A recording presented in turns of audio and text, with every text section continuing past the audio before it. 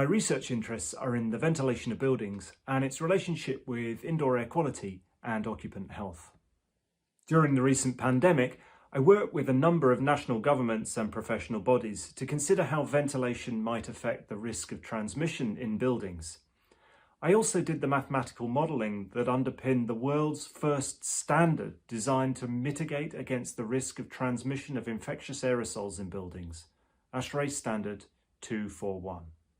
This process has taught me that we really have so much more to learn, and this is also why I'm so interested in working with the P3Venti programme, because they too really want to understand the role that ventilation can play in reducing infection risk in buildings. I spend too much time on social media. Some people on there suggest that if we just ventilated our buildings better during the pandemic, then we would have had no pandemic at all. Whereas others say that ventilation does nothing to reduce infection risk in buildings.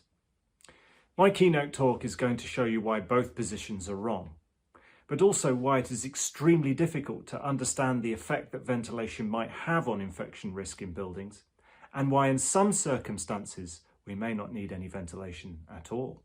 I hope that my talk is going to be of interest to those researching the relationships between ventilation and infection risk in buildings, but I hope also that it will be of interest to those operating buildings, and it may be of particular relevance to those operating long-term care facilities where the occupants may be particularly vulnerable and susceptible to disease. Here, using the right mitigation measure in the right way is so very important. So, come to the P3Venti symposium in Zoetermeer on the 28th of February this year, and I really look forward to seeing you there.